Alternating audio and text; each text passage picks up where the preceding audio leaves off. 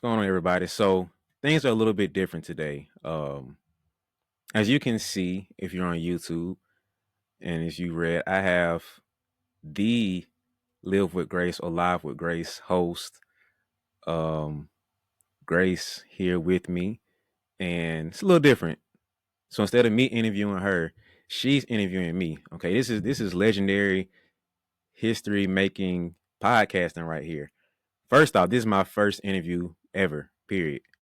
And second off, I'm being interviewed on my own podcast, which is I don't think it's been done before. I don't know. So we have two Guinness World Records being broken in the same episode. But without further ado, I am turning over the host reins to the lovely co-host of today, Grace. What's going on? Thank you so much for having me. I'm so honored to be the first one ever interviewing you, and I hope that this podcast kind of allows you to have an opportunity to shed some light on some of the topics that you've had the pleasure of interviewing people about. So, yeah, I'm also not used to being a host on someone else's podcast, so I guess that's another record, I guess. Um, to start, I just wanted to ask you what got you into doing this? What got you into podcasting and this series specifically? We're going to get a little bit more into that in a little bit, but how'd you get started? The beginning of me podcasting, initially started with me and I have a co-host, or had a co-host. A little tricky now, but I started with my cousin. Essentially, I just like saw the sports media space, specifically the NBA, and I saw the same old thing all the time. It was always about LeBron, Kobe, Jordan, or whoever was the popping player at the time. I was talking about them, and their hot takes is just a new version of it's LeBron the GOAT. And it's like I got tired of seeing that. And instead of just complaining about it, I decided to have my little input. And I'm gonna just figure out my lane or my wiggle room of like add something to the table when you're talking about basketball media. And so started off doing it that route. Um, then it took a minute. I was like, oh, my podcast isn't really about my business. So I took a little pivot and decided to like make it formed and fit to me, BeBall Jones, the trainer. Um, and over a few evolutions over time, I came up with Dreamer's Blueprint and got to the position where I was like, man, I like what I'm doing, but I don't love what I'm doing. And it's cool. How can I stand out a little bit differently? And I got burnt out doing stuff the way I was doing it. And I got to a point where I was like, let's just make series. Let's make it to where it's a very comprehensive, well thought out, well put together uh, thought project, I guess you can say, to where if you want to learn about something, this is the spot where you can learn about it. And so the best way to do that, it's not just me because I don't know it all. I don't know everything. Let me gather great minds from around the game, a well-rounded, thought-out group of people to where we come together and deliver this information on the platter for you. So I decided to stick with confidence because that's a thing I struggled with as a kid when I was hooping, still struggling with now in different capacity. And I was like, man, let's talk about that one first. Let's hit that topic. So then it came to confidence. Then it's just figuring out who I wanted to get and select as the people to talk to. So that's how the series came about, man. It's just knowing what I struggle with, players I train struggle with, and that's a never ending thing that we all can get better with. So that's how the podcast got started and how I started with the series. So, why do you think confidence is so important? It's a topic that we talk about all the time as athletes. A lot of coaches talk to you about it, saying a variety of things, but among them that basketball is 10% skill and 90% confidence or mindset or whatever. And I think that's something that I've actually really realized as I've gotten older because you see people that put in half the amount of time, but they're so confident that they almost always play well, that type of thing. So, again, why do you think confidence is such an important topic to talk about as basketball players and athletes? I think because it's a never ending thing. Like you never just say I'm confident and you're there. It's a fluctuating journey that you go up and down on. And so if you don't have confidence, it's tough for you to survive in anything, let alone basketball.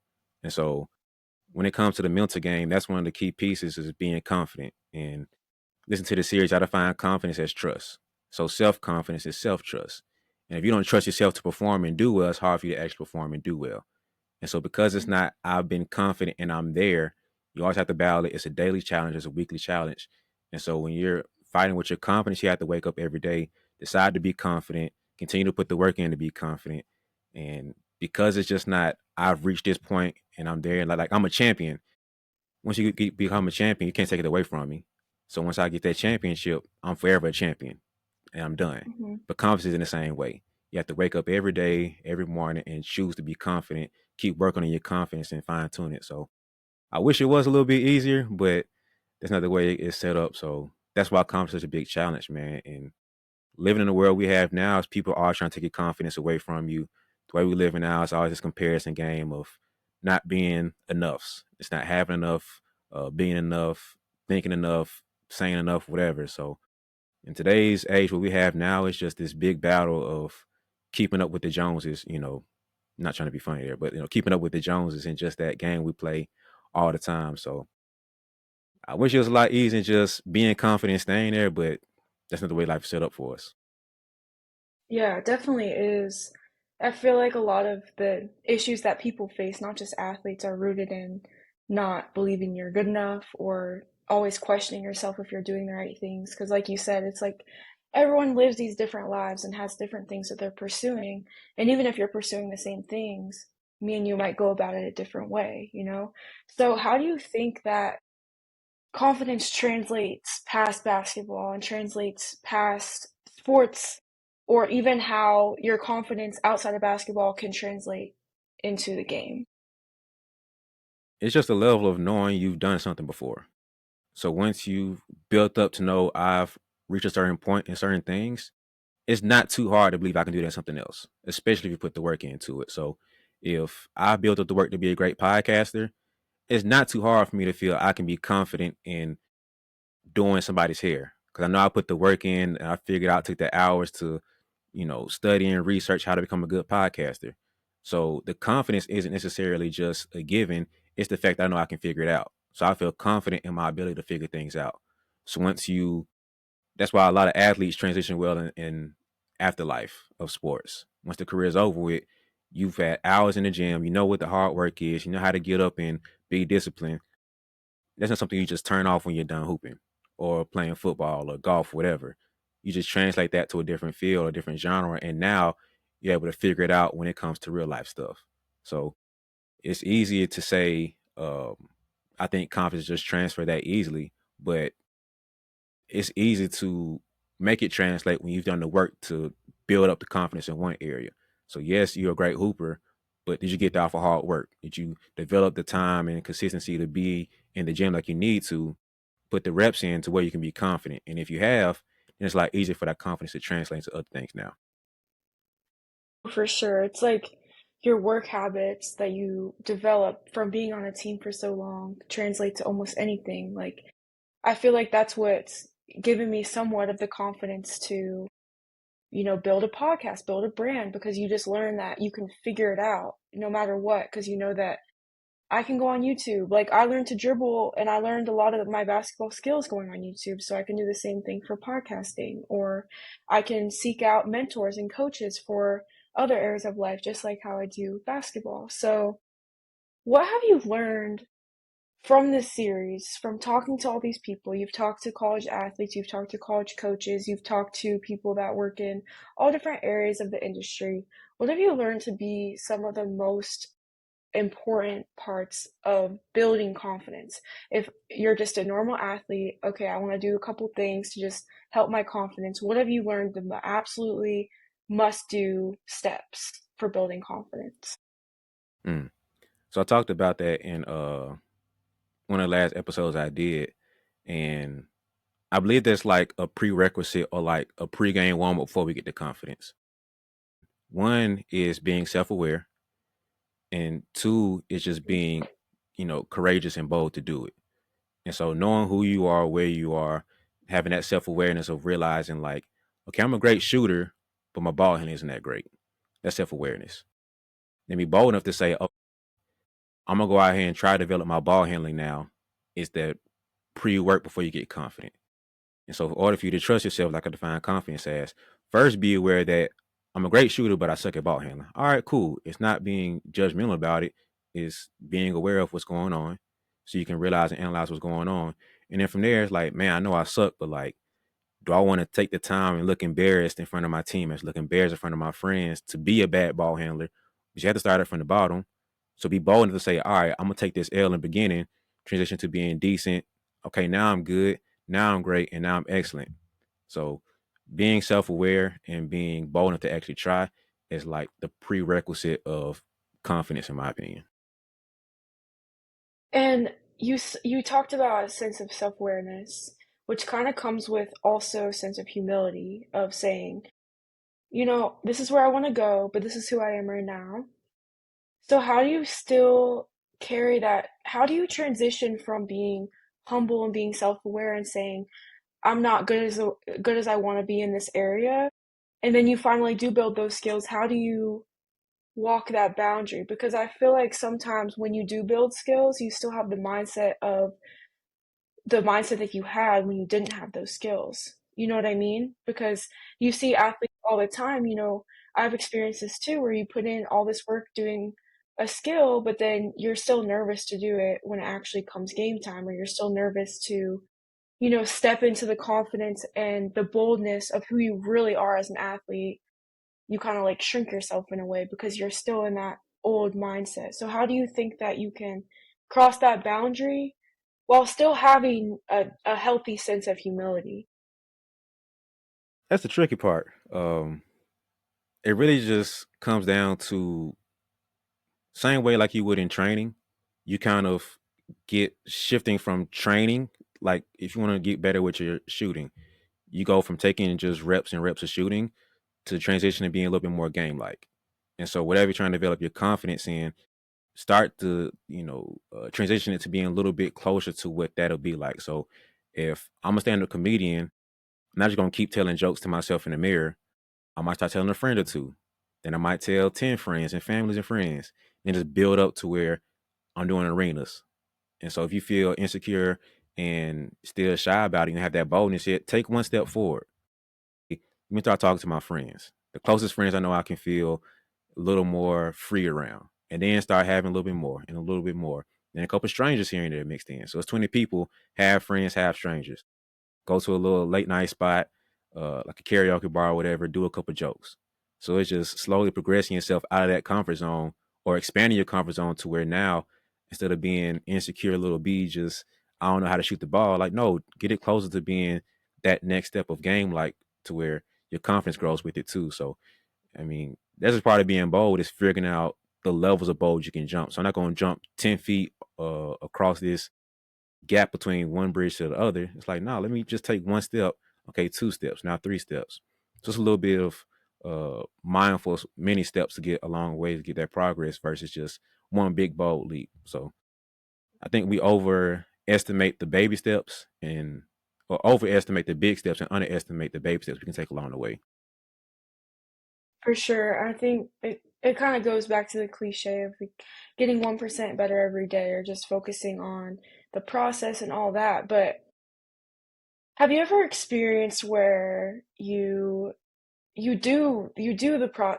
trust the process, you do the work, but you still have this big event, like say you are a comedian and you have your first ever big gig, and it's almost feels like no amount of preparation is going to prepare you to actually be in that stage, you know what I mean?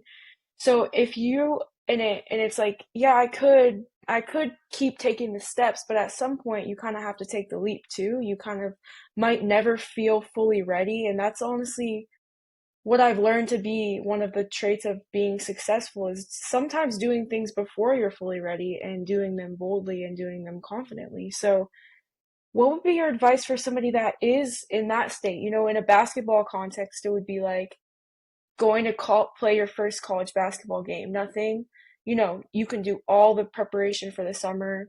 You can have everyone tell you that you're fully ready, but mentally and within your heart, you have to feel ready to be able to fully embrace that up in the capacity that you know that you can. So again, how would you say when you are taking a big leap to build yourself up and have that strong sense of confidence, even if you've never been in a situation before? I mean, the time's gonna come whether you want it or not. It's just taking that shot regardless. And so sometimes, like I said, it's just being bold. So there's been plenty of times where I've hesitated out of that fear or that insecurity, and I still pulled the trigger on trying it. And it turns out, man, it's not even that bad as I thought it was. Like Hmm. most times, the fear of failing and doing it is a lot bigger than we think it is. And so you might be gearing up for the championship game or a big rival game, like your first opportunity at whatever, and you hype it up to be such a big thing, and you actually do it, and it's like, oh, it wasn't as bad as I thought it was. It's too many times that that's happened in my life, and I've done it with players and just seen it over time. It's like we overhype that big moment to be such a huge thing. You actually do it, and it's like, oh, it's not even that bad. And so it's just re-regulating how we see things and putting things in different perspective so we can manage it and handle it because time's gonna come or not. Would you rather pass on it and you look back and be like, man, I was a punk back then. Like, why didn't I actually try it and do it? Or if you're proud of yourself, win, lose, or draw, and say, I did it anyway. Because now when round two comes around, you're gonna feel worse because you didn't take that first opportunity. So you're gonna repeat that cycle of I feel not prepared, I feel scared, I feel anxious, and you just keep falling to it. Or you step up to the moment, you try it, but win, lose, you don't care, or you don't care as much because you did it, you at least tried. So you come into it a little bit differently now. You're not the same B that you were at the first time. You're not the same Grace you were at the first time because you got a little bit more experience. And so to take it one step further, do it, but go into it with the mindset of I'm learning here. It's okay. So if I'm going to this first game and I bomb, it's fine. I shot 0 for 10. Guess what? I figured out something along the way. I know I can't shoot this shot over here, but I can shoot these shots.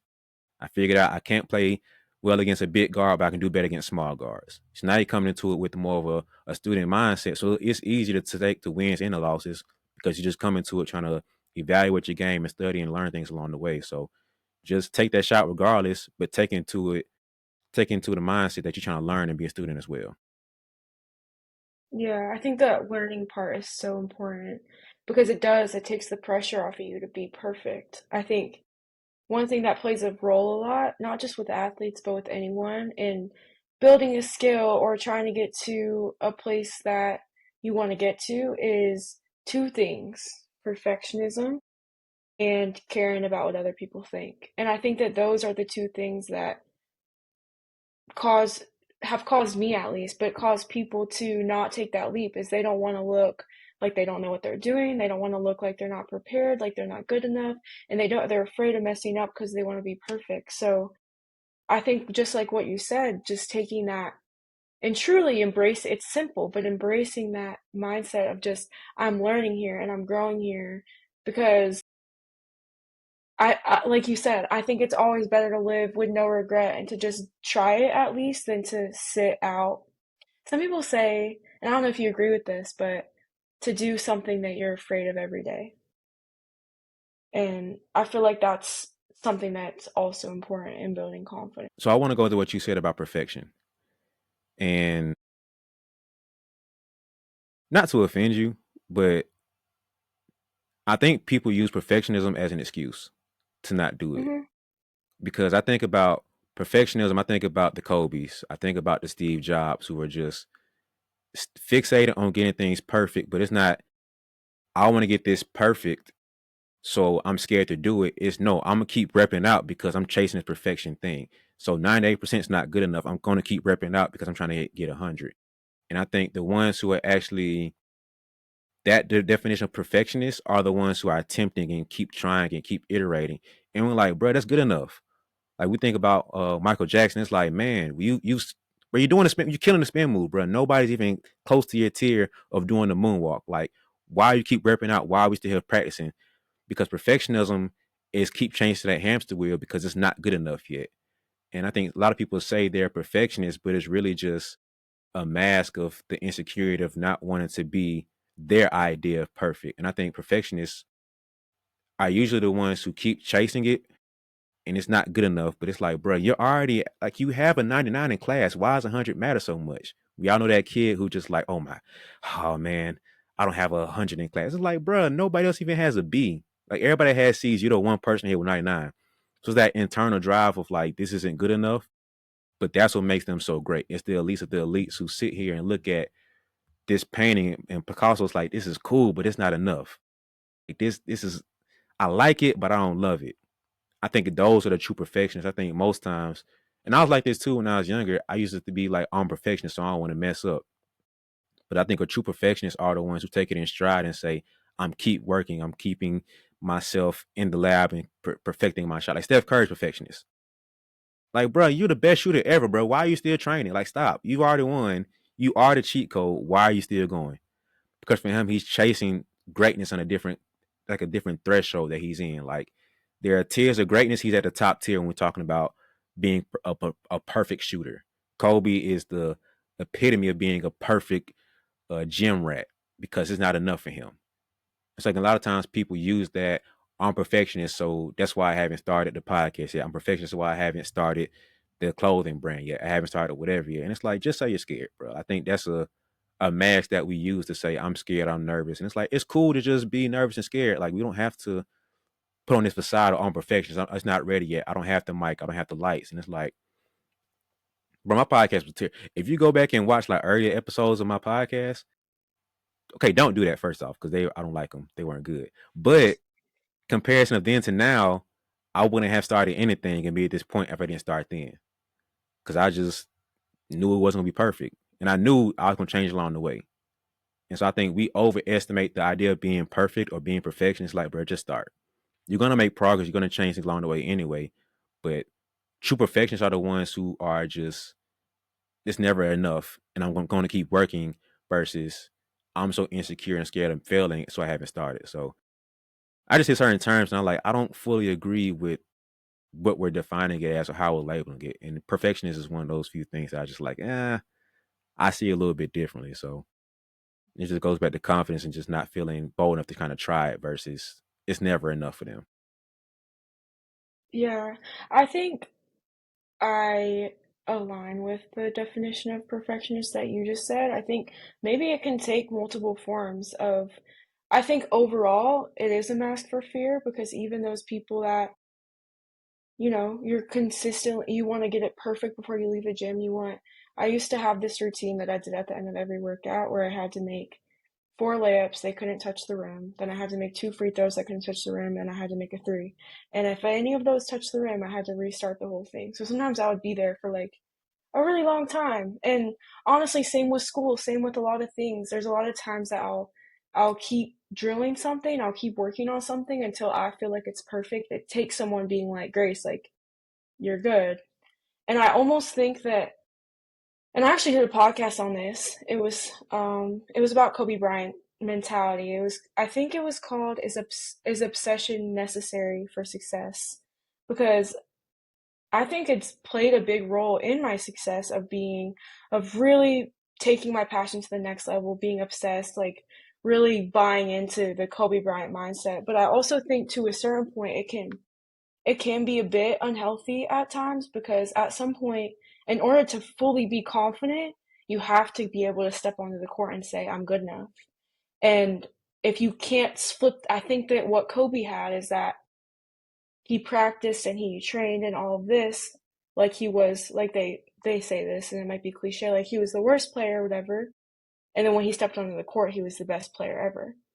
And I think sometimes for people, whether it's in basketball, whether it's in school, whether it's in career, it's really hard to flip that switch. So in order to say you're a perfectionist and say, I'm going to keep drilling this till I get it perfect because I want to be the best person I could be, you have to then be able to step into the arena and say, I did the work, I did enough work. Because the true perfectionist as you defined it is, it's never going to be perfect.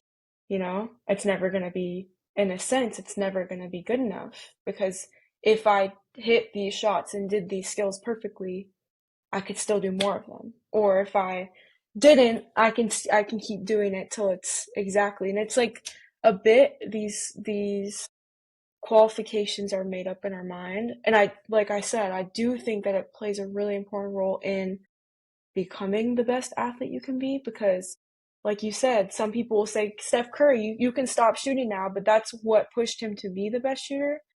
But then again, I think he has this switch to where when he steps on the court, because he's such a perfectionist or gym rat or whatever, however you want to define him, he has this unbreakable confidence. And I think that like besides putting in the work, there's another switch you have to be able to flip to be able to fully be a confident basketball player, if that makes sense. Have you heard that saying of it's like train like you're the worst player on the team, but play like you're Yeah. the best? That's essentially what the mindset is perfectionist. So when it's time for me to perform and show up, I know I'm the best, man. Like I have the confidence that I'm like none of you can guard me. Like it's if I want to drop 60, I can. I'm just playing team basketball and I'm just giving what the game has presented to me. But if I really wanted to, I could drop 60. Like it's not the hardest thing in the world. Like KD could go out tomorrow night and just pull up 60. And it's like, all right, you're that guy. All right, cool. We respect you. Hmm. But he's back in the gym right after that game or the next day because he knows there's more to be done. So I think that's Right. where Or it's you see like, them lifting after the game, take care of their bodies or whatever. yeah, it's just this endless pursuit to keep training and keep working because they're not done. Like you asked me earlier, like that's what confidence is so fickly at because it's a never ending process. You can't just train and work out and think, oh, I'm done now. Like no, you have to keep doing and keep working. So it's just a never ending process, man. And the true perfectionists realize that, and it's just this endless cycle of perform, confidence at a 10. I'm in training or I'm in practice. Confidence is still at a 10, but it's just never enough. I have to keep working and going to that next level because they see more that after more. Like Steve Jobs kept saying, this iPhone's cool, but what if we added this? Man, what if we Hmm. combine the speakers into the computer? They were like, bro, you can't do that. Like, it's doable. Like, just figure it out. Like, my brain sees it. I just need to figure out how to do it. And now here we are with laptops and everything Hmm. we have now. The iPhone 1 wasn't good enough. Man, what if we added this to it too? What if we did this with it too? And so he just kept pushing and kept maneuvering, kept reinventing himself. It's the 1, the 2, the 3. Now we at, what is it, 17 now? Something like that. Mine's a 16. Yeah, I'm not 17 supposed to sure. be coming out soon. Yeah. Uh, it's just always this next groove of next generations, next iteration of things. Like you see Kobe, he's like every summer adds something to the game. So it's just this weird mix of performing like I'm the GOAT, because I am. I'm him. I'm her.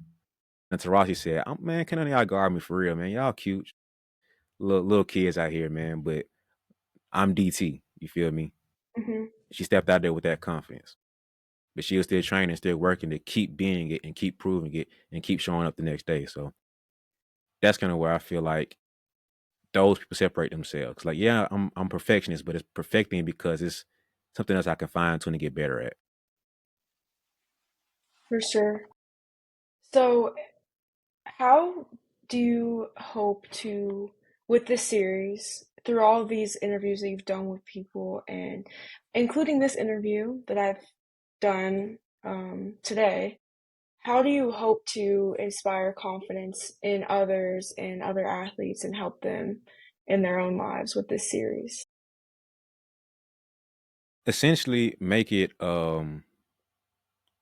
as simple as possible for someone to understand confidence and understand the do's and don'ts and how to build it. It's pretty much as simple as I can put it. Just making it a layout to where I'm insecure, I'm not confident, and giving you the mindset behind confidence of thinking about it a little bit different because some stuff I said in there, I don't think I've heard anybody say. And it's just the conversation I keep having with the people and whether it's the perspective of a coach talking about it. Okay, now I understand more of how to get the coach to be confident in me. Then I have a sports psychologist coming on. He's talking about it from his perspective. Um, then I have trainers coming on talking about it from their perspective, their lens. Like the skill part of it. How do I develop confidence in my shot? Well, we talked about that. How to develop confidence in the ball handling. I talked about that. As a young lady, how to develop confidence in the weight room. As a guy, how to develop confidence in the weight room with my body. I talked about that. And it's all these different things. It's like a blueprint or a book or a layout for you to understand confidence from every perspective, every angle, every problem you have. You can go to this series and figure it out. So if I didn't do a good enough job, let me know. I missed something and man, you should have talked about this. I will come back on, make a part two, and you know, help you guys out because it's all about just delivering value. That's the overall goal is to provide as much value about confidence and getting it to where it's a very simple step from not having it and not knowing it to knowing it, and now you're on the road of having it now. Well, I think you've done a great job, and also kudos to all of the other guests that came on your show because all the ones I've listened to so far, I've learned something new or a new, like you said, a new perspective, a coach's perspective, or I don't remember the role of that shooting coach, but just different people's perspectives. It's been really great to hear. So thank you so much for putting this series together, and thanks for the opportunity to try something new and interview someone else on a different format because I'm so used to doing my own podcast. But yeah, thanks for the opportunity. Now, thank you for coming on. This is new for both of us, so I appreciate you seeing the vision for what it was and playing a part. And shout out to everybody that did the interviews, man. Like that was it was a process to get that done because a couple of them just couldn't get right for a minute. So you know how it is behind the scenes of doing the podcast. So I appreciate all of them. They were great, um, and it came out to be pretty well.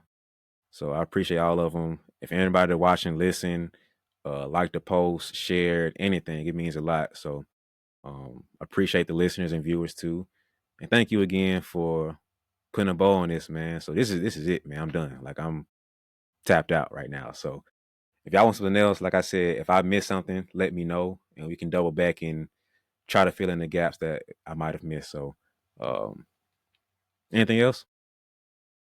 I don't think so. This is the finale Yeah, this the grand finale. I'm done. series. I'm This is so the closing honored. chapter. I love I'm that. done. Yeah, this is it. How many So episodes did it have total? 13 or 14, I think. Gotcha. I think I had like 5 or 6 interviews. Then I had like 4 or 5 solo episodes, and then this interview. Then I had another interview before this, which is like a mini interview, I guess you could say. So yeah, I think it's about 13 episodes total. Awesome. Well, yeah, thanks again. Yeah, I appreciate you.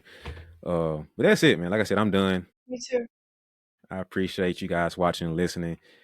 Stay tuned because taking a little break after this. Do a couple little solo EPs, a couple one-off interviews. They have nothing to do with confidence. I mean, I might talk about it, but it's not in this series. But just little one-off stuff. Um, but that's it, man. I'm done. I'm tired. I'm finished with confidence talk for a while. But seriously, thank anybody that's been on this journey with me. I appreciate you again for helping me put a bow in this series. But without further ado, see y'all on the next one.